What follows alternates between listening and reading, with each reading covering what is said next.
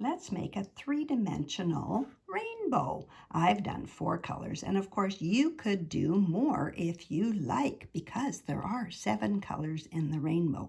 Now what I've noticed is the nicest way to do your rainbow is put it on blue paper, because then you don't have to worry about the blue for the sky.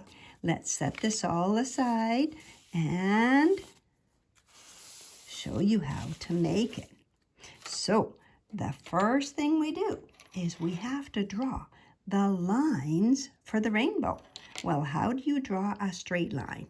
I'm going to use a string and a pencil. So now I tied it on there and I've put my knot where the writing is. This is a 3-sided pencil and it is the best for doing the rainbow arcs because you only turn it that little bit on your pencil. Now I'm going to hold my pencil and my string right on the knot, and I'm going to put it so that my string is in the middle, I think.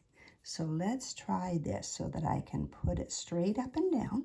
We're going to put it in the middle of our paper. We're going to put it so that, see, I'm not touching it, so that when we make our rainbow, it all fits on.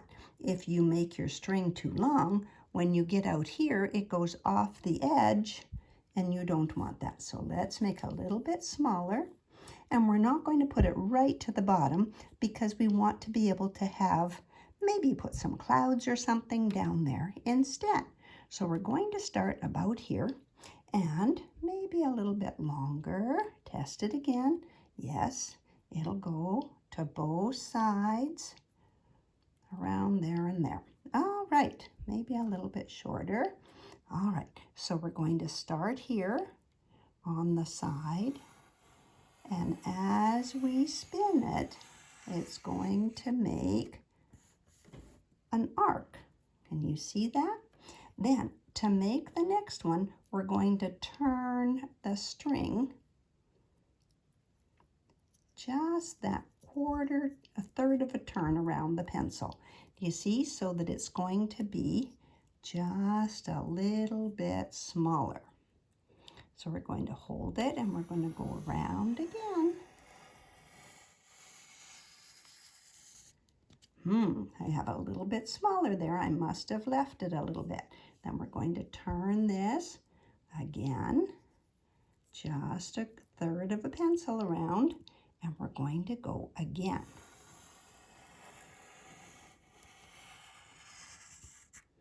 Then we're going to go turn that pencil again, adjust a little bit, and we're going to make it so it's about the same distance, and we're going to go here and around again. Now I have 4 lines, but I want more than that.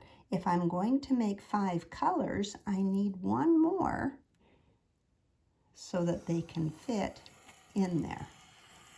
And for this, if you see that squiggle, if you make a squiggle like that, it's okay. It's not the end of the world. You don't have to erase it.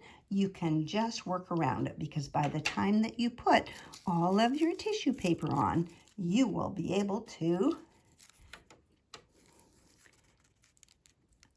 see the whole rainbow without seeing this. Now, the second thing that you have to remember, actually the third color, is to put your tissue paper, cut your tissue paper into squares, and they need to be quite a bit bigger than maybe about 1 inch or more than this. Do you see how this one is quite small? When you actually make it into the rainbow pieces that stand up, the smaller ones are hard to deal with. So let's show you how to make this with the bigger square.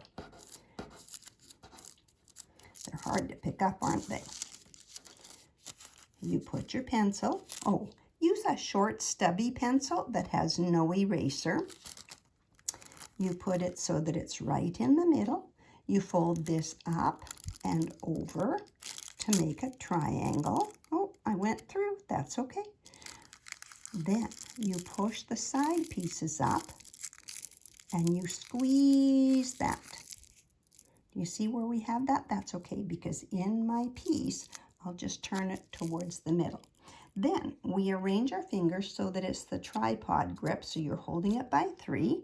You rub the end of that on your glue, and then you place it over here, right at the edge within the lines. Do you see? You can't even tell where I ripped that piece. Now, these make really nice, tight, little stand-up pieces of tissue. So let's show you this again. You're going to hold your pencil. You're going to flip it up into a triangle, gently this time so we don't rip it. Push these ones up and then squeeze all the way around. Flip this hand over so it makes the third 1, 2, 3 grip. And then you're going to put it, a little bit of glue. You could use white glue as well, and you're going to put it exactly beside the other one. Now what I found is that I like this with the pencil because the pieces are so tight that they stand up so nicely. Now if you have younger children, you want a fat stubby pencil, or guess what I found that works? This is an earplug. It's one of the ones that's quite stiff, and you place them in your ears to make it so that you can't hear noise. And this works because it's firm and it's short and stubby. So let's show you with one of these. You do the same thing if you're going to teach it to a child. You put it here. You wrap this up and over like a triangle. You see, and it won't rip it because it's soft and round. Then you squish this part up, not too hard, because you know what happens with earplugs, they'll squish. And then it's nice and soft, and you can put that little bit of glue on there. Tuck it in close, and then let go. Do you see how it makes it a wider place? And that is better for young children because then they don't have to do so many of these squares. Remember, triangle first. Children get tired quickly, so they will grow very weary of doing this project using a little tiny pencil.